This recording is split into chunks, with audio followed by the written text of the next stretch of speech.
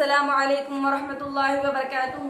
الحمدللہ وحدہ والصلاة والسلام علی من لا نبی بعدہ اما بعد فاعوذ باللہ من الشیطان الرجیم. بسم اللہ الرحمن الرحیم. ان الذین قالوا ربنا اللہ ثم استقاموا. تمام قسم کی تعریفات، حمد و ثنا، کبریائی و بڑائی و بزرگی اس اللہ وحدہ لا شریک کے لیے لائق و زیبہ ہیں جو تمام دنیا کا پالنہار ہے. بعدہ درود و سلام ہو تمام انبیاء اکرام رسولان اعظام پر، خصوصاً بالخصوص میرے اور آپ کے آخری نبی جناب محمد عربی صلی اللہ علیہ وسلم پر. اللہم صلی وسلم علی نبینا محمد صلی اللہ علیہ وسلم.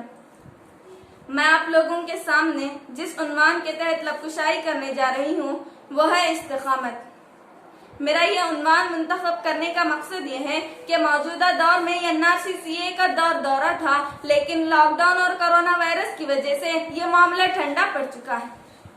اسی لاک ڈاؤن کا فائدہ اٹھاتے ہوئے فاشسٹ حکومت NRC/CA کے خلاف جو کالے قانون پاس کر رہی ہے، ان کے خلاف جو بھی آواز اٹھاتے ہیں ان پر غلط مقدمات کر کے ان پر دیش دروہی کا کیس بک کر کے جیل میں ڈال دیا جا رہا ہے.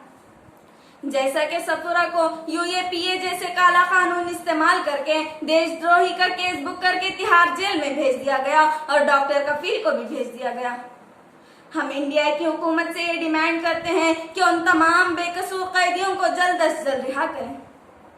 عزیز سامعات، ایسے وقت میں ہماری ذمہ داری یہ بنتی ہے کہ ہم اس کے خلاف آواز اٹھائیں، اور آواز اٹھانے کا سب سے بہترین ذریعہ سوشل میڈیا ہے. اس کے ذریعے ہم بے گناہوں کو رہائی اور بے گناہوں کو باعزت رہا کرنے کے لیے آواز اٹھانا بے حد ضروری ہے.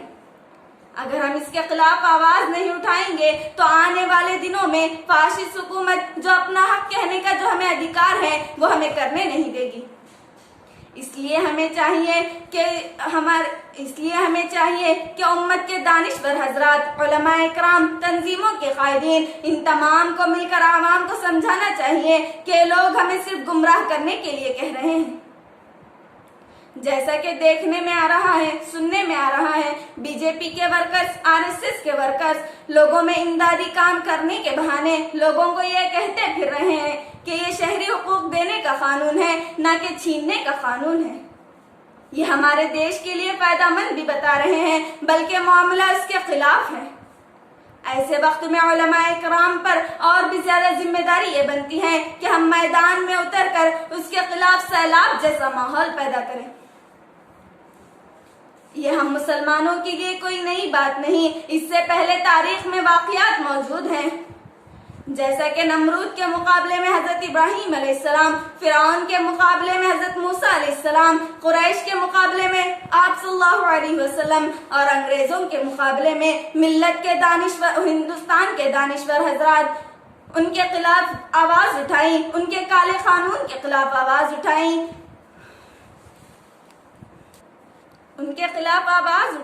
قربانیاں دی. اس میں علماء اکرام سر فہرست تھے. تو آج بھی ہمیں چاہیے کہ ان کے خلاف جد و جہاد کریں. اللہ تعالیٰ قرآن مجید میں ارشاد فرماتے ہیں، ان الذین قالوا ربنا اللہ ثم استقاموا. جو لوگ کہتے ہیں کہ میرا رب اللہ ہے پھر اس پر استقامت رکھتے ہیں تو اللہ تعالیٰ ان لوگوں کے لیے فرشتوں کو بھیج دیتے ہیں.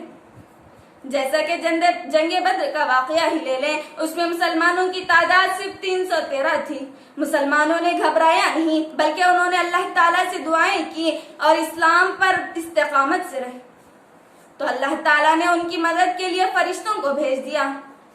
اللہ تعالیٰ قرآن مجید میں ارشاد فرماتے ہیں، اللہ تخافوا، نہ تمہیں ڈرنے کی ضرورت ہے، ولا تحزنوا، نہ تمہیں غم کھانے کی ضرورت ہے، وَأَبْشِرُوا بِالْجَنَّةِ الَّتِي كُنْتُمْ تُوعَدُونَ، اور تمہیں اس جنت کی خوشخبری ہے جس کا تم سے وعدہ کیا گیا ہے. عزیز سامعات، ہم نے تو استقامت کے بارے میں بہت سن لیا. پہلے یہ تو جان لیں کہ استقامت کہتے کسے ہیں. تمام مشکل حالات میں بھی اسلام پر ثابت قدم رہنے کو ہی استقامت کہتے ہیں.